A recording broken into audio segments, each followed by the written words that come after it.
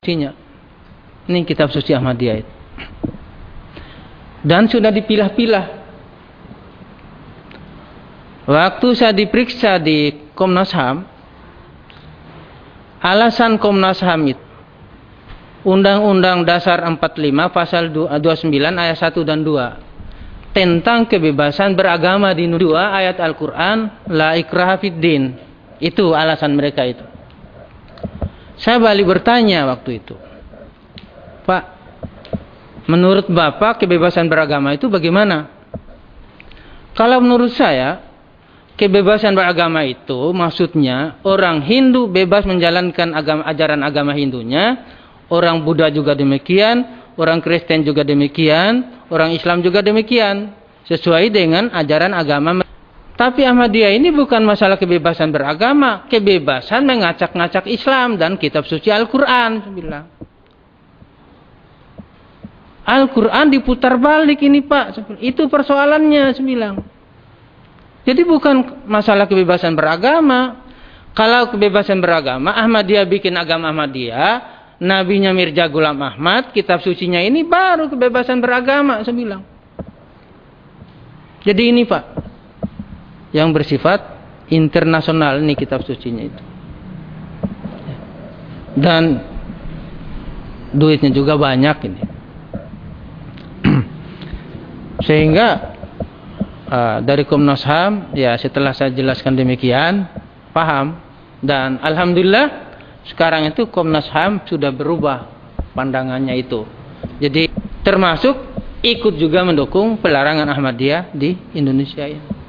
Saya bilang, kalau tidak dilarang, bikin agama baru, agama Ahmadiyah. Saya bilang, tidak ada masalah. Nabinya Mirza Ghulam Ahmad, kitab sucinya ini, Tazkirah, tempat sucinya Rabbah dan Qadian. Jadi agama Ahmadiyah. Sama dengan orang Islam, nabinya Nabi Muhammad, kitab sucinya Al-Quran, tempat sucinya Makkah Madinah, agama Islam. Kita hidup berdampingan. Jangan gerecokin Islam dari dalam. Jadi yang saya tahu baru Ahmadiyah yang bersifat internasional itu. Kemudian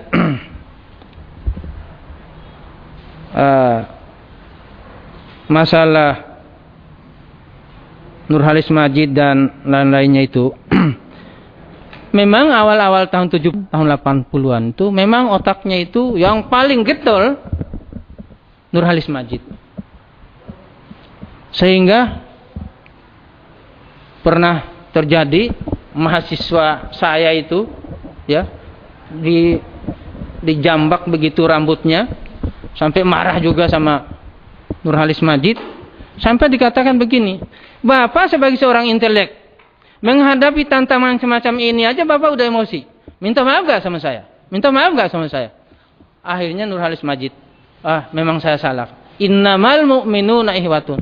Pak, tanda tangan ini Pak, tanda tangan dia.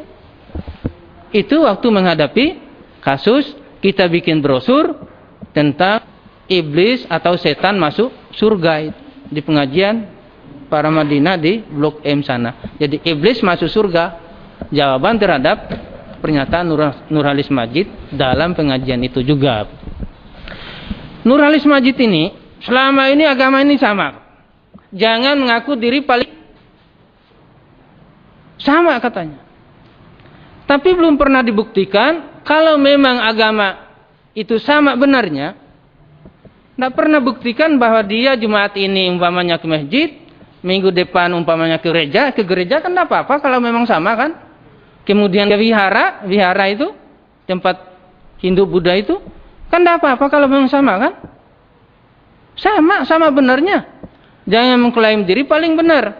Apa alasannya? Buktinya kata dia sama Johan Effendi, orang Islam sehari semalam membaca ihdinas siratal mustaqim dalam salatnya, yaitu minta petunjuk pada Allah, ya Allah tunjukilah kami jalan yang lurus, minimal 17 kali sehari semalam minta pada Allah supaya ditunjuki jalan yang lurus.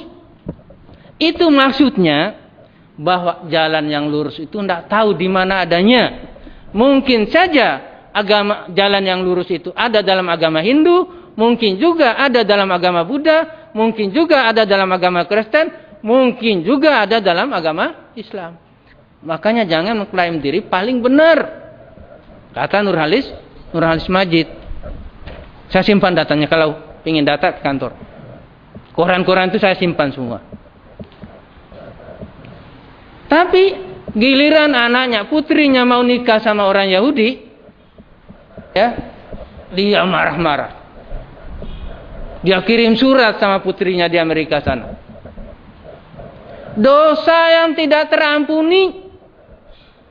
Kalau seorang wanita muslimah kawin dengan orang Yahudi, kalau dia tidak masuk Islam. Loh, aturan tidak begitu sikap Nurhalis Majid.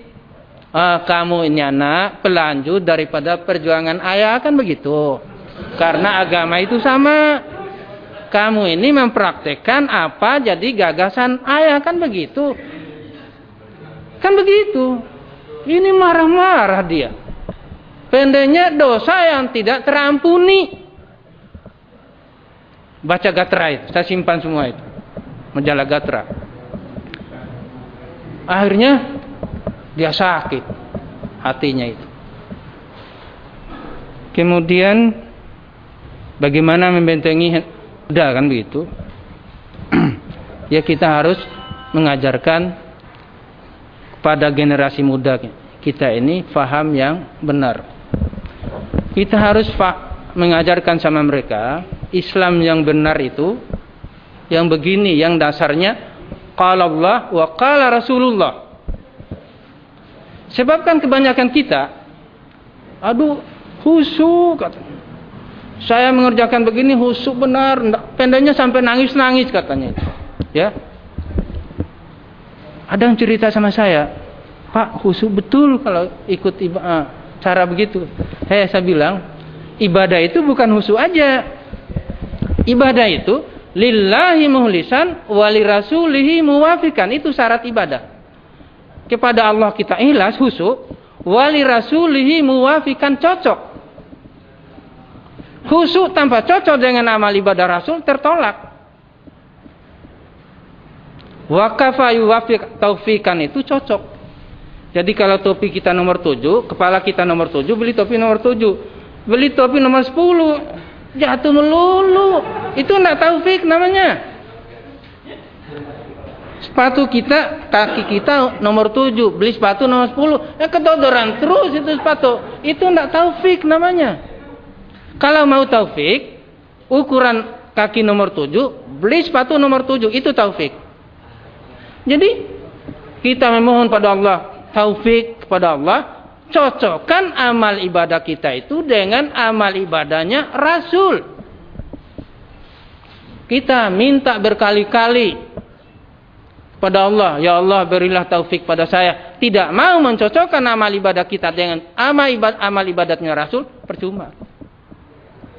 Di taufik itu cocokkan amal ibadah kita ini dengan amal ibadahnya Rasul. Contoh, kalau Rasul salat subuh 2 rakaat, kita harus 2 rakaat. Kad kana lakum fi Rasulillah uswatun hasanah. Adalah bagi kamu Rasul itu adalah contoh yang terbaik. Tidak ada si A si B uswatun hasanah, bukan, tidak ada itu. Tapi kad kana lakum fi Rasulillah uswatun hasanah, contoh yang baik. Jadi bukan ibadah itu bukan karena ikhlas, khusyuk aja sampai nangis-nangis, bukan itu aja. Lillahi muhlisan wali rasulihi muwafikan, cocok dengan contoh Rasul. Harus 2 ini, Pak. Jangan hanya 1. Tadi itu ada yang nanya, Abu apa itu? Ya, Abu Sangkan itu, ya.